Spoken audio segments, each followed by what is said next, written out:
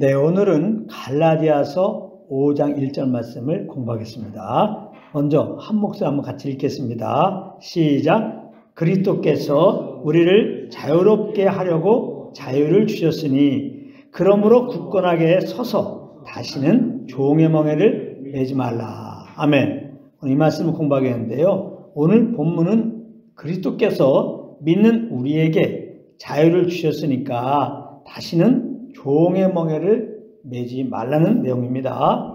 그렇다면 그리스도께서 믿는 우리에게 주신 자유가 무엇일까요?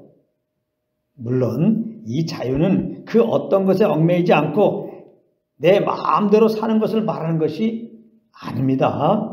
이 자유는 죄와 그 죄로 말미암아 속박되는 것에서의 자유인 것입니다. 여러분, 우리를 포함하여 모든 사람은 다 죄악 중에서 출생한 것입니다. 시편 51편 5절입니다. 내가 죄악 중에서 출생하였으며 어머니가 죄 중에서 나를 잉태하였나이다. 이렇게 고백하고 있습니다. 죄악 중에 출생하였다는 것은 죄성을 가지고 출생하였다는 의미입니다. 로마서 3장 23절에 보면 모든 사람이 죄를 범하였음에 하나님의 영광에 이르지 못하더니 그랬습니다. 여기 모든 사람이 죄를 범했다 했는데요. 이 말의 이 본질적인 의미는 역시 모든 사람은 죄의 본성을 가지고 태어난 자들이라는 그런 의미입니다. 그래서 모든 사람은 이 죄의 본성을 따라 죄를 범하며 살고 있는 것입니다. 즉 죄의 종으로 살고 있다 이 말씀입니다. 바로 이런 죄에서 이런 죄의 종된 신분에서 우리를 자유케 하시려고 그리스도께서 우리 대신 십자가에서 피 흘려 죽으셨던 것입니다. 그러므로 믿는 우리들이 꼭 알아야 할 것은 우리는 죄에서 자유케 된 자들이라는 사실입니다. 이 말은 이제는 죄의 본성을 따라 살 자들이 아니라는 말씀입니다. 그렇다면 믿는 자들은 어떻게 살아야 될까요? 그것은 의의 종으로서의 삶을 살아야 하는 것입니다. 왜냐하면 믿는 우리들은 죄로부터 해방되어서 의에게 종이 되었기 때문입니다. 로마서 6장 17절 18절입니다.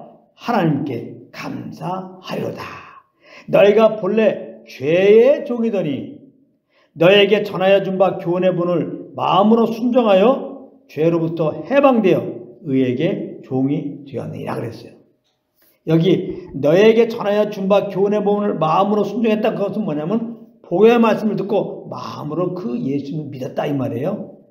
그래서 죄로부터 해방되어 이제는 의에게 종이 되었다 그랬습니다. 그러면 의에게 종이 되어 사는 것은 어떻게 사는 것일까요? 바로 믿는 우리들 안에 오신 성령님과 교통 속에서 그 인도함을 따라 사는 것을 말하는 것입니다. 그러므로 믿는 자들이 이렇게 성령을 따라 살 때 비로소 그리스도께서 주신 그 자유를 누리며 살게 되는 것입니다. 죄와 그 죄로 말미암는 속박에서 해방된 삶을 살게 된다 이 말씀입니다. 천국에 가서 경험할 그 평강의 기락을 우리 마음속에 누리며 살게 되는 거예요. 그런데 안타깝게도 거짓 형제들에게 미혹이 되어서 예수 믿고 구원받은 갈라디아 성도들이 이 자유를 다 잊어버리고 율법을 지켜서 의롭다함을 얻으려고 했던 것입니다. 그래서 사도 바울은 그들에게 다시는 종의 멍에를 매지 말라고 한 것입니다. 여러분, 율법을 지켜서 의롭다함을 얻으려 하는 것은 종의 멍에를 매는 것과 같은 것입니다. 멍에는 본래 소가 쟁기를 끌 때 목에 거는 막대기를 말하는 것이지만 여기서 말하는 멍에는 힘든 것, 아주 힘든 것을 말하는 것입니다. 죄가 있고 연약하기 짝이 없는 우리가 거룩한 하나님의 율법을 지켜서 구원받으려고 하니 그런 삶은 힘든 삶이다 이 말씀이에요. 무엇보다도 율법을 지키지 못하게 되니 정죄를 받게 되고 지옥에 떨어질까 봐 날마다 두려움 가운데 안식과 자유함이 없이 율법에 매인 삶을 살게 되는 것입니다. 그러므로 믿는 자들 가운데 갈라디아 성도들처럼 아직도 그런 분들이 계시다면 그리스도로 말미암아 죄에서 자유케 된 자임을 성령의 조명으로 이 시간에 알고 이제 그 종의 멍에를 내려놓아야 되는 것입니다. 율법을 잘 지켜서 의롭다함을 얻고 의롭다함을 유지하고 천국에 들어가겠다고 하는 그 종교적인 행위들을 내려놓아야 된다 이 말씀입니다. 만일 여러분들이 종의 멍에를 다시 맨다면 사실 여러분들은 예수님의 그 십자가를 헛되게 하는 거예요. 욕되게 하는 거예요. 예수님이 이 땅에 왜 오셨습니까? 바로 인간의 죄와 죄의 멍에의 문제를 해결해 주기 위해서 오신 것입니다. 그래서 우리들의 죄를 죄 없는 그분이 다 짊어지시고 십자가에서 피 흘려 죽으셨던 것입니다.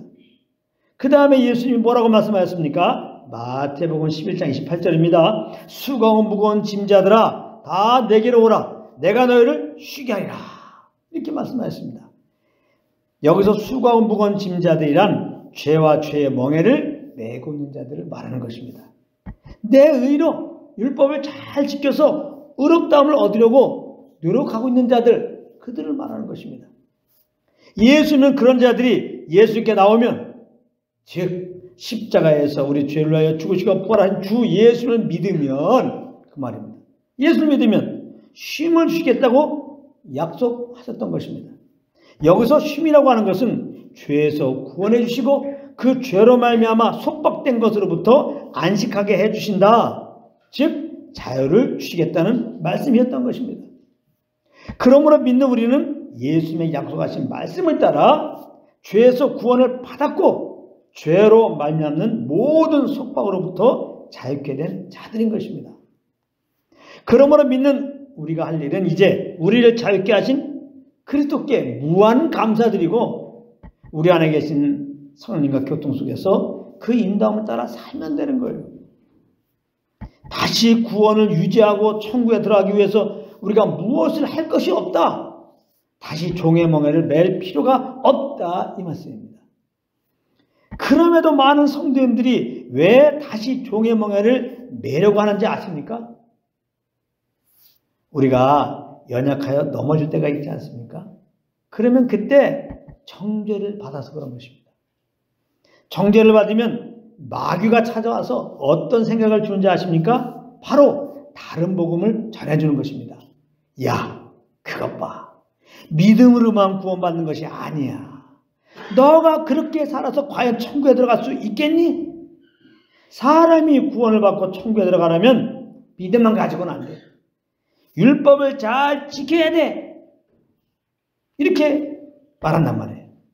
그런데 여러분, 내가 혹시 지옥 가지 않을까 하고 정죄를 받고 있으면 이 다른 복음이 달콤하게 들린다는 것입니다. 왜냐하면 나는 이제 잘못해갖고 지옥에 갈 줄 알았는데 이제라도 내가 율법을 잘 지키면 다시 천국에 갈 수 있다는 거짓 소망이지만 소망이 생기기 때문입니다. 그래서 많은 성도님들이 다른 복음에 빠지게 되는 거예요. 그러므로 우리는 진리의 말씀을 꼭 붙들고 있어야 하는 것입니다. 요한일서 1장 9절은 우리가 잘못했을 때 어떻게 해야 할 것인가를 잘 말씀해 주고 있습니다. 만일 우리가 우리 죄를 자백하면 그는 미쁘시고 의로우사 우리 죄를 사하시며 우리를 모든 불의에서 깨끗하게 하실 것이요 그랬습니다. 그러므로 여러분 혹 잘못한 것이 있으면 정죄받지 마시고 얼른 하나님 아버지께 나가서 그 죄를 정직하게 자백하십시오. 그리고 자백했다면 이 말씀과 같이 다 용서해 준 것을 믿고 이제 다시 우리 안에 계신 성령과 교통 속에서 그 인도함을 따라 행하십시오. 그리스도께서 우리를 자유케 하라고 주신 그 자유를 누리는 삶을 살으라 이 말씀입니다. 여러분들 모두 이런 삶이 되시기를 우리 주 예수 그리스도의 이름으로 축원합니다.